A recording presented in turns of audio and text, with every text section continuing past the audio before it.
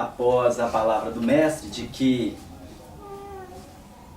o mestre teria que seguir para o sacrifício, ele então falara: Senhor, eu te seguirei aonde fores.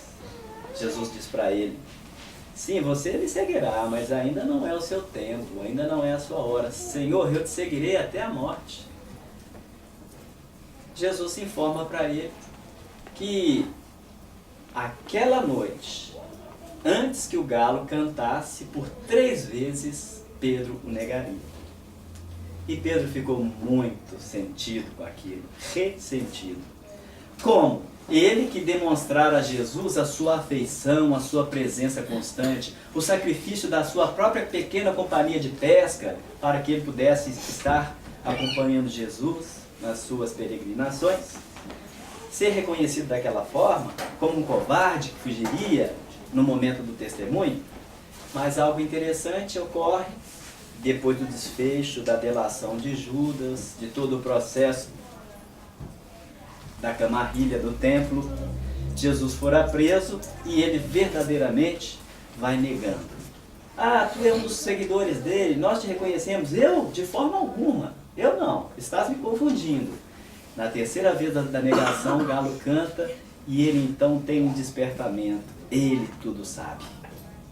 Ele sabia que eu negaria. No entanto, ele permitiu que eu estivesse ao lado dele e prosseguiu me amando.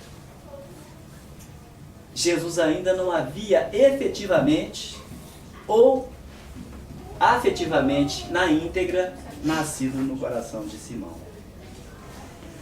Foi na terceira aparição, que seria a última aparição de Jesus, quando ele estava pescando com os seus irmãos. Jesus aparece na praia e da praia ele fala em alto som: tendes algo de comer? Eles não reconhecem de imediato.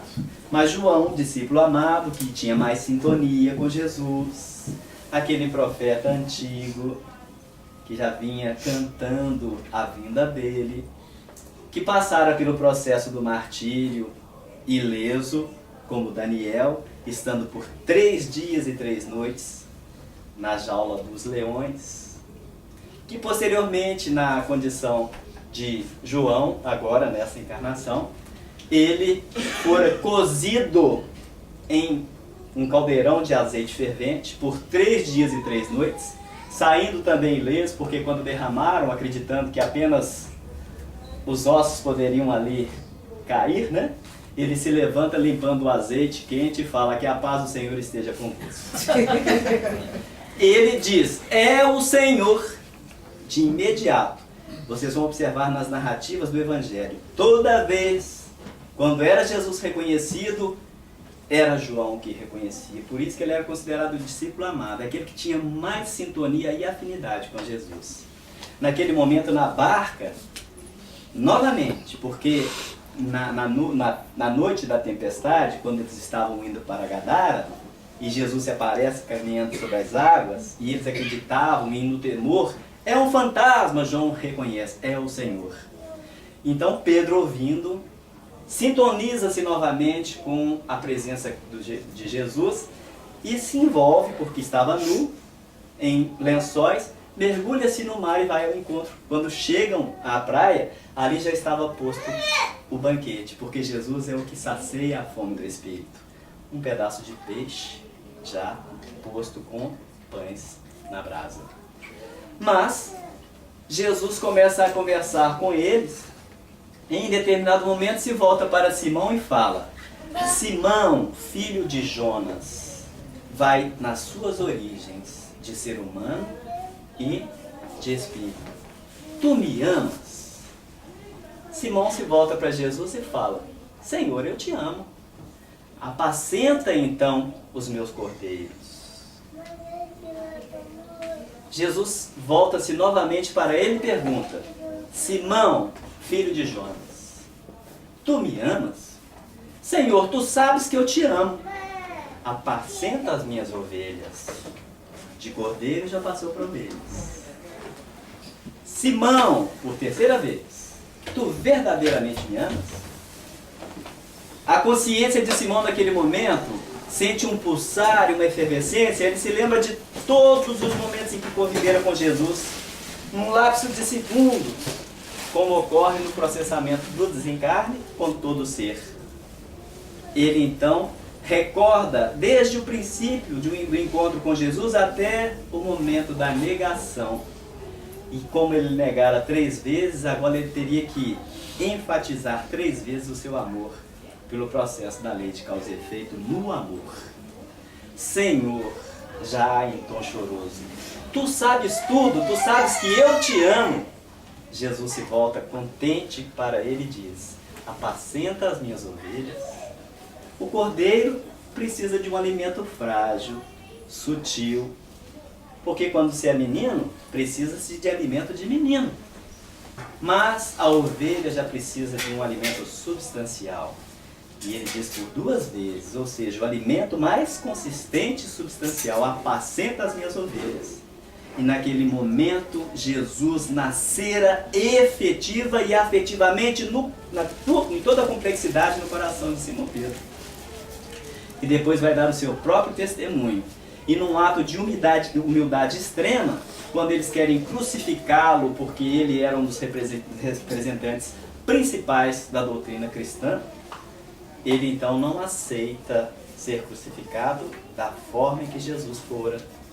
Então, como eles queriam fazer uma humilhação ainda maior, colocaram-no na cruz, mas de cabeça para baixo. E um amigo espiritual nos relatou algo muito interessante. A cruz, naquele tempo, era um instrumento também minúsculo que se fechavam as maçanetas da porta, porque não haviam segredos, se fechavam as portas apenas para que os animais não entrassem dentro das casinhas. Então eles faziam uma tramela e algo quadrado com aquele instrumento que, quando rodasse, fechava a tramela e a porta então ficava segura para que os animais não entrassem. Era um tipo de chave que hoje nós usamos segredos, porque apesar de toda evolução, o homem já não se pode considerar nas mesmas simplicidades de tempos atrás. Então Jesus representa a chave que liberta o homem, abrindo-lhe os caminhos para o céu. E Simão Pedro, a chave que liberta o homem dos atavismos da terra. E nós vamos observando outros personagens da história, como Maria de Magdala, que apesar de ter passado por um processo de libertação, de uma obsessão profunda, ela era atormentada por 7 espíritos obsessores, e quando ouve falar de Jesus, a grande transformação da sua personalidade. E então ela estreitou o seu caminho, aqueceu no seu íntimo aquela cantinela de amor, porque o poeta transformou a sua intimidade. Mas Jesus efetivamente nasce na sua intimidade, onde já havia a sua existência afetiva, no dia em que Jesus aparece para ela após a ressurreição, confirmando que ele realmente veio para todas as criaturas, para todos. Quando ele disser aqui, das ovelhas que o Pai me confiou, nenhuma se perderá. E aquela criatura que faz mais esforços, não obstante todo o acúmulo de complicações, de erros e de pecados, é essa que tem mais valor. Por isso que ele diz que há muito mais alegria no céu por um pecador que se arrepende. E ele, narrando também uma das parábolas, diz que um pastor, tendo 100 ovelhas, uma delas se desvia, as 99 estando juntas, ele vai onde quer que seja, ainda que no fosso do lameiro, buscar aquela ovelha que se perde. Então, todos os espíritos que tiveram, que têm, que terão oportunidade reencarnatória nesse planeta, estarão sob a sua tutela.